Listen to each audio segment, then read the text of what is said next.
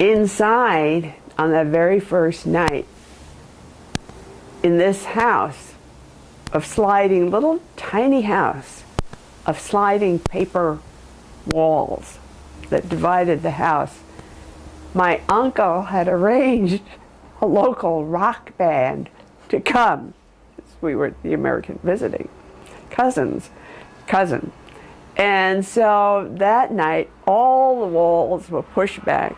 The entire neighborhood came. We crammed into the floor. Of course, we're all sitting on the floor, so it's easy to cram a lot of people in. And the rock band took off. And the neighbors were a little bit dumbfounded by all of this. And at any rate, we had a good time. And afterwards, my cousins took me all around, and we visited all the places and the shrines and so forth. There's probably a lot more things I could say about my father that I haven't remembered at this time. But I'd like to give just a general impression of what he was like. And for his age, of his time, born in the late 1800s, he was a tall Japanese, and I think most people think of Japanese as short. It really all depends what part of Asia they migrated from. So he was tall, and I'm tall because he was tall. And the thing about my father is he had the most wonderful personality. And so he would go, wherever he walked, we lived in the middle of Manhattan for a while, we had a dog. He would take the dog for walks in Central Park, and he would talk to everybody. Talk to Rabbi Weiss, who was the most famous rabbi in New York at the time. Come back, tell us who he had talked to, who he had met. And everybody loved my father. Women loved my father. And it isn't that he ever tried to be, he was certainly no Lothario. When I went to Japan for the first time, I mean, that whole thing about, and with one of his clients, and one of the big businessmen, of course, as was their habit, took him to this famous geisha bar and strip show, everything else. My father was so uncomfortable with all these hostesses crowding around him that I had to divert their attention from my father and ask them about their children, their families, their whatever was going on in their lives, so that he could be left alone. And but at any rate, women loved my father because actually he loved women and he admired them for all their virtues. And I just feel so lucky because I always heard, well, this woman was so wonderful because she was a great seamstress, and that woman was so wonderful because she had such a beautiful smile, and the other woman was so wonderful because she was so intelligent, and the other woman was wonderful because she was such a great cook, and on and on and on about all these different ways that these women were so wonderful. And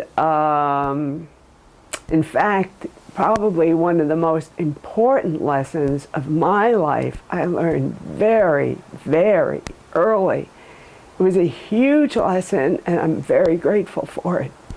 It was during the days my father was a traveling salesman, and he would tell us about all his clients who owned all these clothing stores.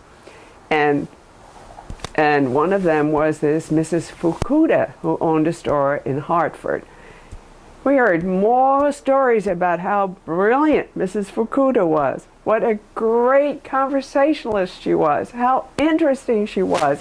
And finally one day he told my mother that Mrs. Fukuda was coming to New York and she was going to come visit us, and then we'd all go out and have a big party in honor of this extraordinary Mrs. Fukuda, who is so brilliant and so charming and so intelligent and so on and so on.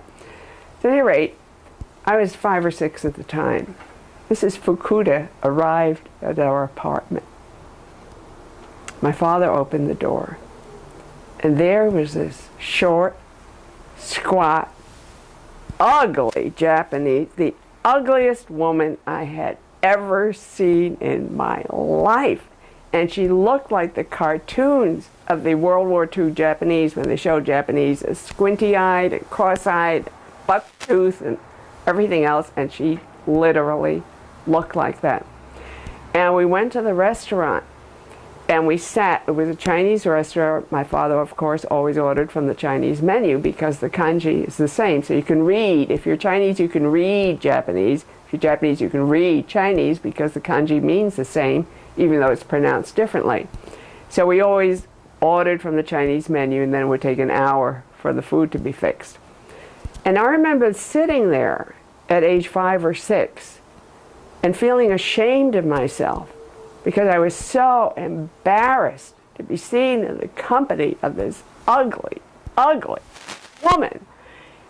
An odd thing happened. As the evening wore on, she really was brilliant and charming and interesting. So as the dinner wore on, she became less ugly and less ugly. By the end of the evening, I thought she was beautiful and charming and brilliant. And it was the biggest lesson to me in my life that it doesn't matter what you look like, it's what's coming out of you that is going to appeal and make you charming, interesting, beautiful, entrancing, or whatever else you want to be. So that was my father. He appreciated things about people. And I think that was one of the biggest influences in my life. So as I say, women loved him and men respected him. So it was just, and one of his good women friends said to me, "Your father is the handsomest Japanese I have ever met." It's true, he was a very, very handsome man, especially in his younger days, but still in his older days, and I have a picture of him which will be shown later on in this little personal travel log, and which one of my friends took, and she always said, "Your father looks like a Japanese Eisenhower." And so at any rate, it was wonderful, and I always felt one of the things about my father was he didn't really talk that much, but I could sit in a room with him for an hour and really not say anything and just commune. I always felt my father totally understood me, and I knew, of course, that he loved me, but it was just complete understanding. So there's more. I'm sure there'll be a sequel to this, but this is what I remembered today. And so the Aiba family started here in the South approximately the year 1200. There were many civil wars going on in Japan, and their fame as samurai spread to the north. And so they were asked by the local lord in the north to sail forth to help him acquire or preserve his territory. And so they set sail for the northern part of Japan, and at that time changed their name to Aiba, which means loving waves, to commemorate that voyage up there. Actually, they finally settled inland because that's where they were given land, and their home that they were given, the land they were given, was known as Castle Aiba in Kanuma, Japan. And this is the family name Aiba, which means loving waves. The first character is I, and if you want to learn to write it, you can show it to anybody who can read these characters, and they'll be able to figure out what that is. I, and the second character underneath it is Ba, which means waves. And you often see that I on tablets that you can buy in stores that have Zen or Buddhist or Far Eastern types of things. And over here are the picture of my grandmother, who is on the right-hand side. My father's mother, her name was Masa, and so I am named after my grandmother, Masa. My father admired her enormously, and she had a huge influence on his life.